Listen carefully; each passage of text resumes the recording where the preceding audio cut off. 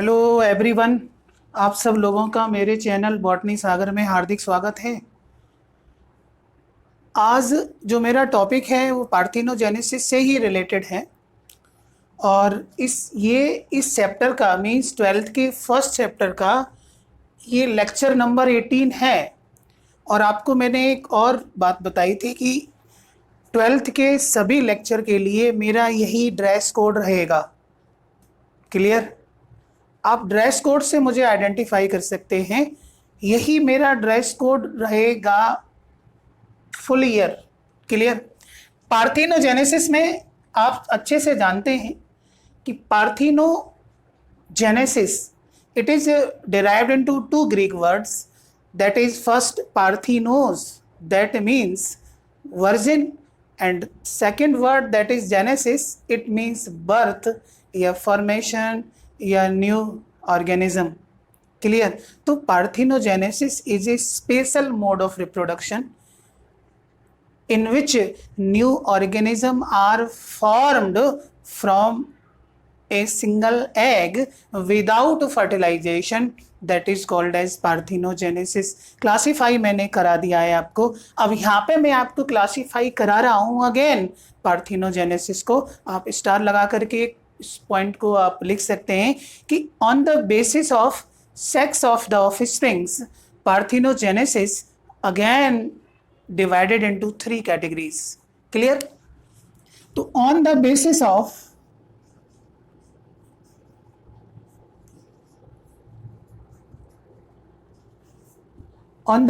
of sex of the offsprings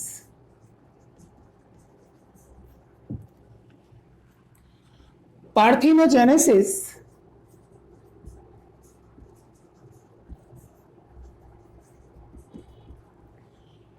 again divided into 3 categories। Again divided into 3 categories। Number 1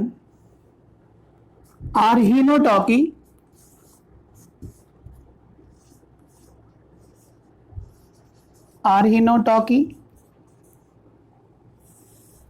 second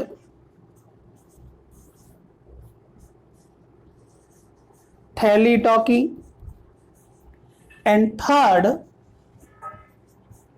एम्फीटॉकी।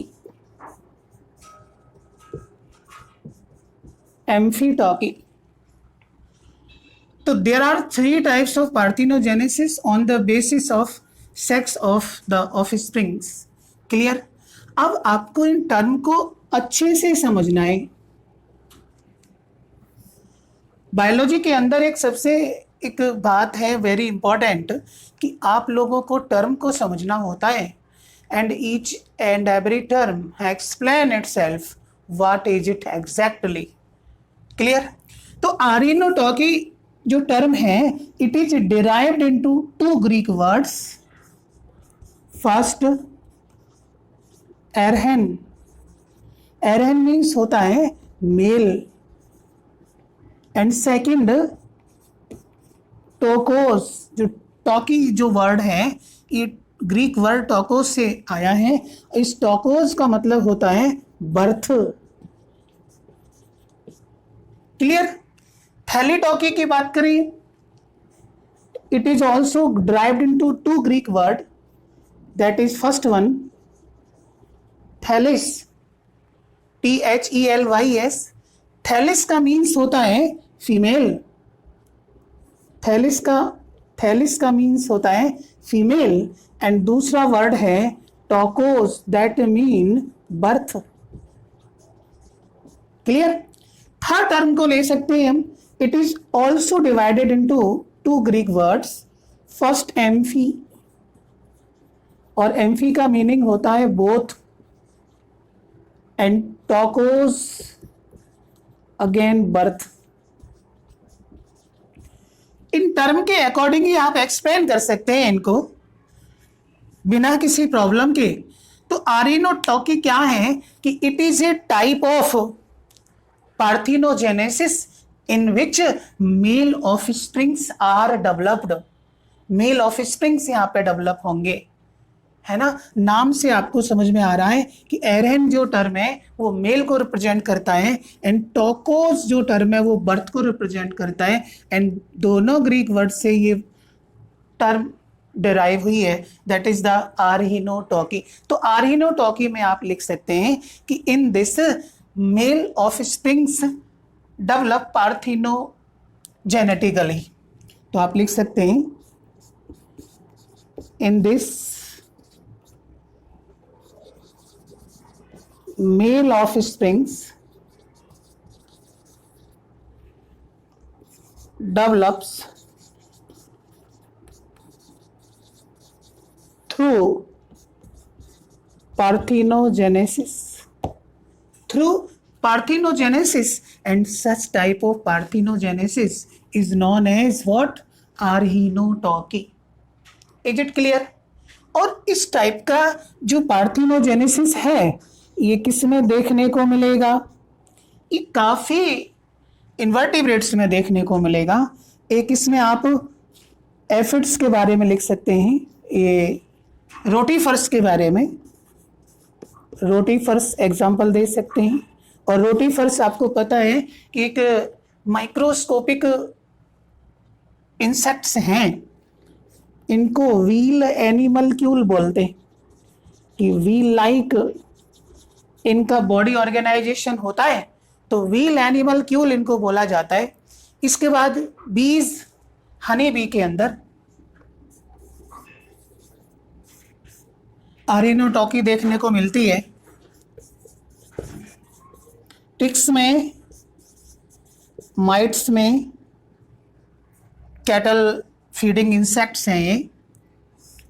Ticks के अंदर भी, mites के अंदर भी, रोटीफर्स में, बीज के अंदर भी, सर्टेन स्पाइडर्स में भी देखने को मिलता है।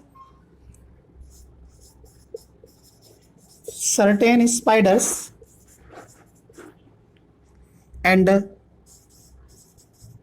wasp, that is yellow insect. Clear? Arrhenotoky आप समझ गए। इसके बाद सेकंड टर्म पे आ जाओ आप, थैलीटॉकी।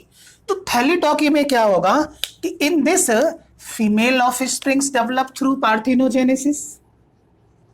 इन दिस फीमेल का सिंबल है ये, female of springs develops through parthenogenesis। Means यहां पर पर्टिकुलर ऑर्गेनिज्म से केवल female of springs he birth करेगा, मेल बर्थ नहीं करेगा। Is it clear? और इस तरीके का मैकेनिज्म बटरफ्लाई में, मॉथ्स में देखने को मिलता है। क्लियर? इसमें देखने को मिलता है बटरफ्लाइज के अंदर, मॉथ्स के अंदर। ये दोनों लेपिडोप्टेरा ऑर्डर के मेंबर हैं। इसके बाद कॉकेशियन रॉक लिजर्ड में आपने देखा, कॉकेशियन रॉक लिजर्ड एक वाइटिस लिजर्ड होती है। इसके बाद और किसमें देखने को मिलेगा? टाइफिलिना ब्राह्मिना।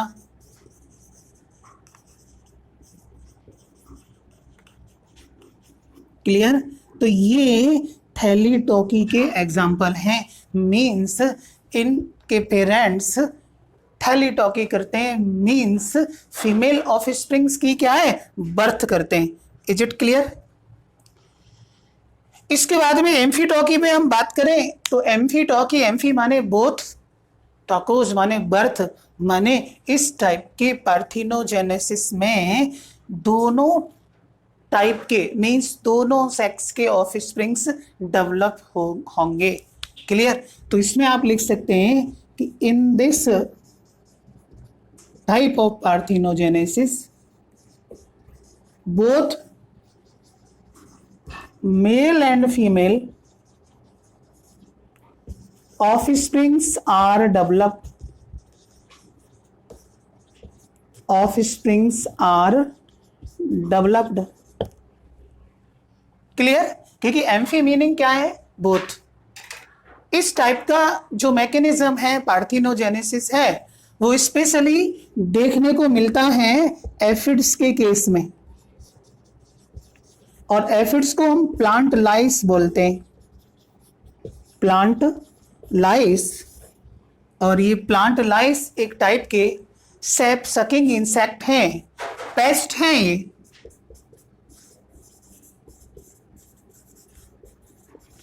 सैप सकिंग इंसेक्ट या पेस्ट. और पेस्ट का मीनिंग यही होता है हार्मफुल इंसेक्ट. क्लियर? तो ये 3 टाइप का पार्थिनोजेनेसिस आप अंडरस्टैंड हो गए, कर लिया आपने अंडरस्टैंड. इसके बाद नेक्स्ट मैं सिग्निफिकेंस के बारे में डिस्कस करता हूं कि पार्थिनोजेनेसिस का क्या सिग्निफिकेंस हो सकता है. तो सबसे बड़ी बात तो आप ये लिख सकते हैं कि it is a rapid method of multiplication. Clear? तो फर्स्ट पॉइंट आप लिख सकते हैं यहां पर सिग्निफिकेंस में कि it is a rapid method of multiplication.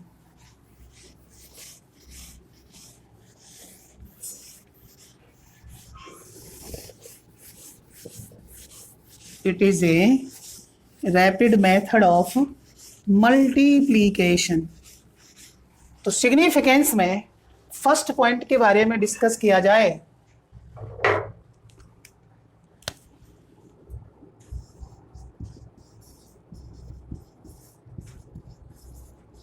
Significance, it is a rapid method of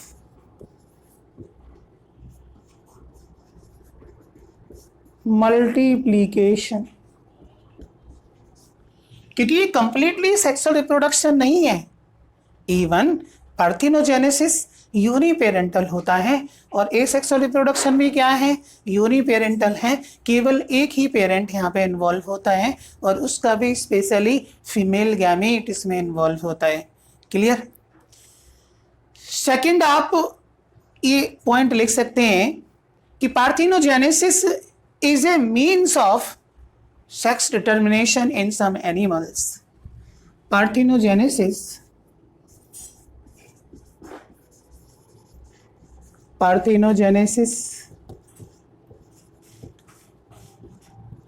is a means of sex determination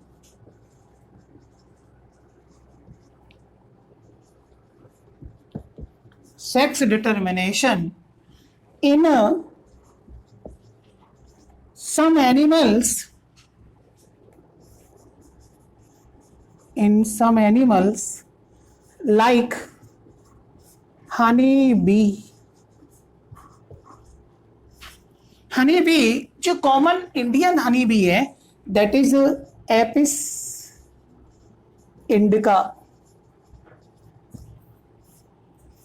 और हनी बी की रियरिंग केयरिंग को क्या बोलते हैं?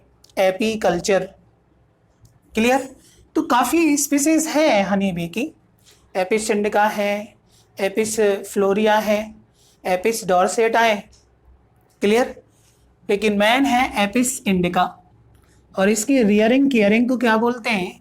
AP culture. Is it clear? Next point की आप बात कर सकते हैं. इसके बाद में जब ये सेक्स डिटर्मिनेशन में हेल्प कर रहा है हनी बी के केस में, क्योंकि आपको पता है कि हनी बी के अंदर जो अनफर्टिलाइज एग है that produce drones, that is the male honey bee. That means parthenogenesis supports chromosomal theory of sex determination. Is it clear? Hence it supports chromosomal theory of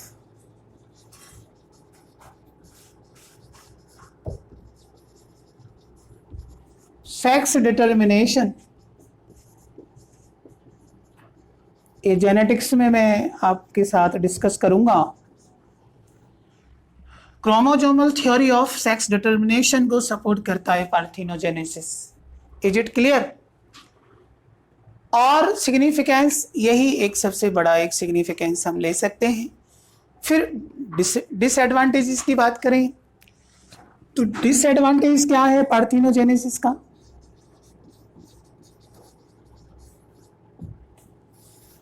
disadvantage क्या हो सकता है? Actually क्या है कि it eliminates variation in population because it is uniparental. तो यहाँ पे जो जीन्स हैं वो एक सिंगल पेरेंट से ही आ रही हैं, तो वेरिएशन का एलिमिनेशन इसमें होगा। So it does not play any role in organic evolution, that is the formation of new species. इसमें ये हेल्प नहीं करेगा बिकॉज वी नो दैट कि variation are the raw material for evolution. तो सबसे बड़ा डिसएडवांटेज इसका यही है कि it eliminates variation in population. It eliminates variation in the population. It eliminates variation in the population, so it does not play any role in organic evolution. So it does not play any role in organic evolution. In organic evolution, और organic evolution का सीधा meaning है कि formation of complex organism from simplest one by taking a lot of time. That is organic evolution, because organic term basically used for organism means body that is made up of organic material. Is it clear? तो organic evolution में इसका कोई role नहीं रहेगा क्योंकि ये variation को eliminate करता है, और वेरिएशन ही जनरेशन टू जनरेशन एक्यूमुलेट्स होती जाती हैं and at last speciation takes place, means new species are formed from pre-existing ones. Is it clear? तो इस तरीके से ये एक डिसएडवांटेज पार्थिनोजेनेसिस का है। और नेक्स्ट जो लेक्चर होगा वो लास्ट या सेकंड लास्ट लेक्चर होगा और उससे पूरा चैप्टर फिनिश हो जाएगा आपका फर्स्ट चैप्टर। क्लियर? इसमें जो नेक्स्ट टॉपिक मैं आपको कराऊंगा वो phases of life cycle of organism. Life cycle के फेजेस के बारे में मुझे डिस्कस करना है, और उन फेजेस के अंदर ही बहुत सारे इंपॉर्टेंट जो कंसेप्ट हैं, टर्म्स हैं, उसको आपको ध्यान से समझना होगा। और आप एनसीईआरटी की एक्सरसाइज को, फर्स्ट चैप्टर की जो एक्सरसाइज है उससे अच्छे से करें, कॉपी में आप उसको सॉल्व कर लें। जो डाउट है उसे आप कमेंट करके मेरे से आप पूछ सकते हैं। क्लियर? तो ये आपका फर्स्ट जो चैप्टर है वो होने वाला है, और इसके बाद मैं सेकंड चैप्टर स्टार्ट करूँगा, sexual reproduction in flowering plants, that is life history of angiosperm और also known as embryology of angiosperm. तो इसको मैं नेक्स्ट टाइम एक्सप्लेन करूँगा, तो आप अच्छे से पढ़ते रहें और आप मेरे चैनल को सब्सक्राइब करें, लाइक करें, शेयर करें और अच्छे से पढ़ते रहें आप। All the best, see you again.